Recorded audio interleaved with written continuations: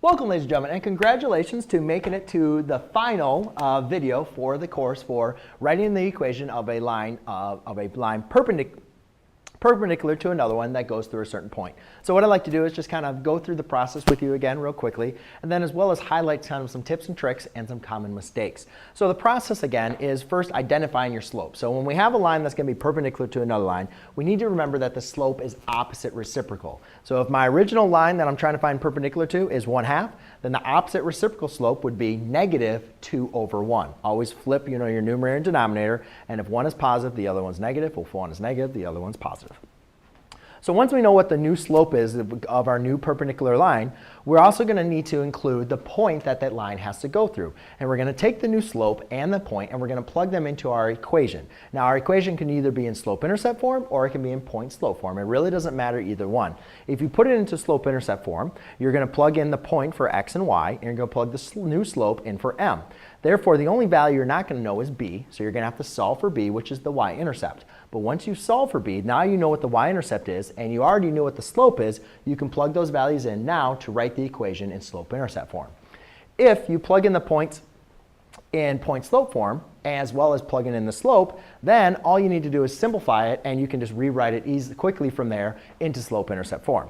Now, let's kind of get into some tips and tricks. I think with perpendicular lines, what's very helpful is, again, identifying that, yes, these lines intersect each other, and yes, they have opposite reciprocal slopes. So one of the common mistakes you can see is slope here. It's very important to make sure you get the slope correctly. So what I always think is helpful is just to draw perpendicular lines to remind yourself, oh yeah, opposite reciprocal slopes. One has a positive slope, one has a negative slope, right? And their slopes are also reciprocals of each other. The next thing is know the process and stick with it. So I just went over two processes. I'm plugging it into slope-intercept form and plugging it into point-slope form. It doesn't matter which way you like or which way makes sense to you. Whatever one you're comfortable with, use that process. And in this course, I went back and forth, and that's because I know that some students will prefer one way or the other, so I wanted to make sure I could present that to you. But whatever makes sense to you and whatever you like to use it. And don't try to always change it up or get crazy. The next thing is, does your answer make sense? And this is crucially important, because when we have an when we're given an equation and we want to find the line perpendicular to it that goes to their point, we can quickly test our equation, our answer that's an equation, if it's perpendicular. First thing, we look at the slope of our equation, that's our answer, and say, all right, is that the opposite or is reciprocal of the slope that it's supposed to be perpendicular to? If it's not, we did something wrong.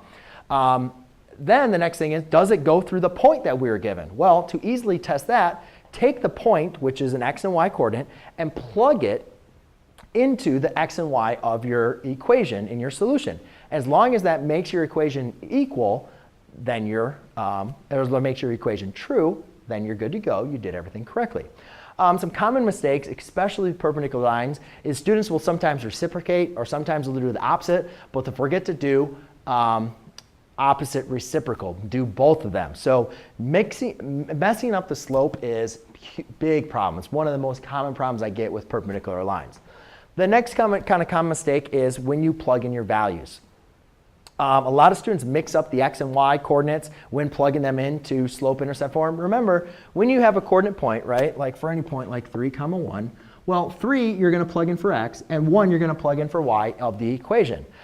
In point-slope form, a lot of times we have x1, y1, x2, and y2. Well, you got to make sure you got to be consistent. If you're going to plug 3 in for x1, then you got to make sure you plug 1 in for y1. And what a common mistake I see is students will plug 3 in for x1 and then 1 in for y2. All right, you just got to make sure you're consistent. But there you go, ladies and gentlemen. That's pretty much basically it. I hope you enjoyed the course, and I look forward to seeing you on another one. Thanks.